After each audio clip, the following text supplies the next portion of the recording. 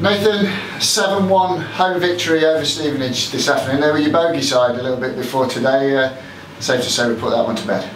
Yeah, look, I said in my press on Thursday, we're a different team now. We're a different group than what we were before. We're strong in all areas in terms of that. And look, and it's unbelievable. I mean, it could have been more as well. It's not, you know, the keeper made a few good saves. We missed a couple of chances second half, but I'm not going to be too presumptuous in terms of that, because I said I thought we were excellent, and to come Stevenage in good form, 3 points behind us, but to put in that kind of performance and to win by that margin is wonderful, and look, it was very emphatic.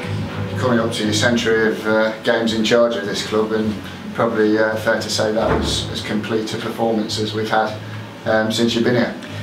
Well, yeah, you know, we've had a couple there, 2 against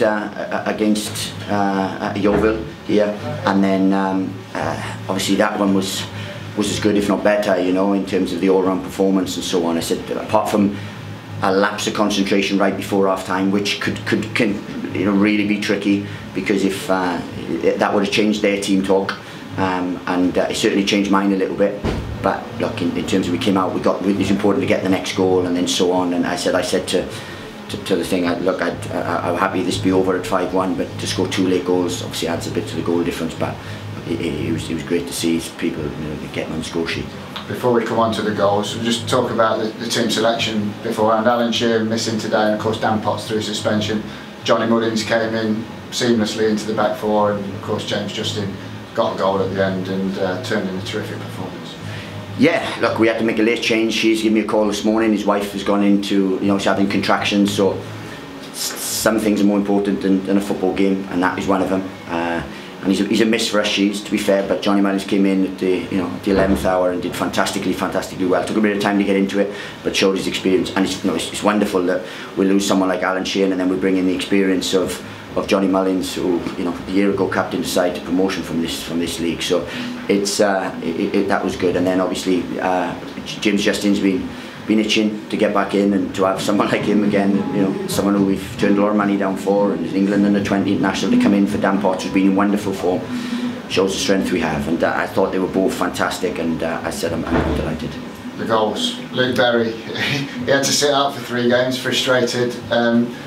Maybe the first few weeks we're not quite seeing the Luke Berry that everybody knows from his Cambridge days, but that was what he's all about today, wasn't it? A perfect hat-trick, and he set us on our way with the first, with a great header from Jack Stacey's cross. It's about time. It's about time, I think, because you know, we bought him for his goals, so we haven't seen that quite yet. He was unlucky at Accrington with being headed off the line, but today he was excellent. What a fine hat-trick, you know, in terms of quality and things. And we want to come out of the blocks quickly, and we did that, because this time last year we kind of came out of the blocks quickly, but then they scored from a corner straight away. We're a little bit more resilient now in terms of that, so it was important we didn't do that. And I said some of the goals were fantastic. And then look, I have to praise the people that came on. Pelly Reddick showed up things, and what a sub to bring on. And then people like Luke Gambin and Elliot Leo, I thought was absolutely wonderful for the last 15 minutes. He really was. We always talk about Danny Hilton, but 2 more. He's got 7 in 6, I think it is now, or 6 in 5, but he's really rocking now, isn't he?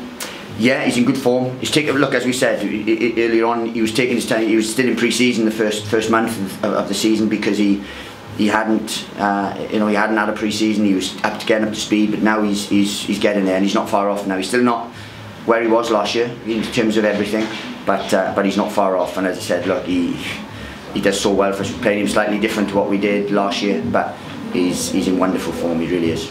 As you say, the game changers came on, and Elliot Lee, I mean, how lucky was he with that one that came in off the inside of the post? But obviously Luke Gambin's there. Yeah, and as I said, he had 2 assists really when he came on. We asked him to be game changers, to provide an impetus, whether it's to get a game back, to take a game beyond someone, or to see a game out, whatever it is.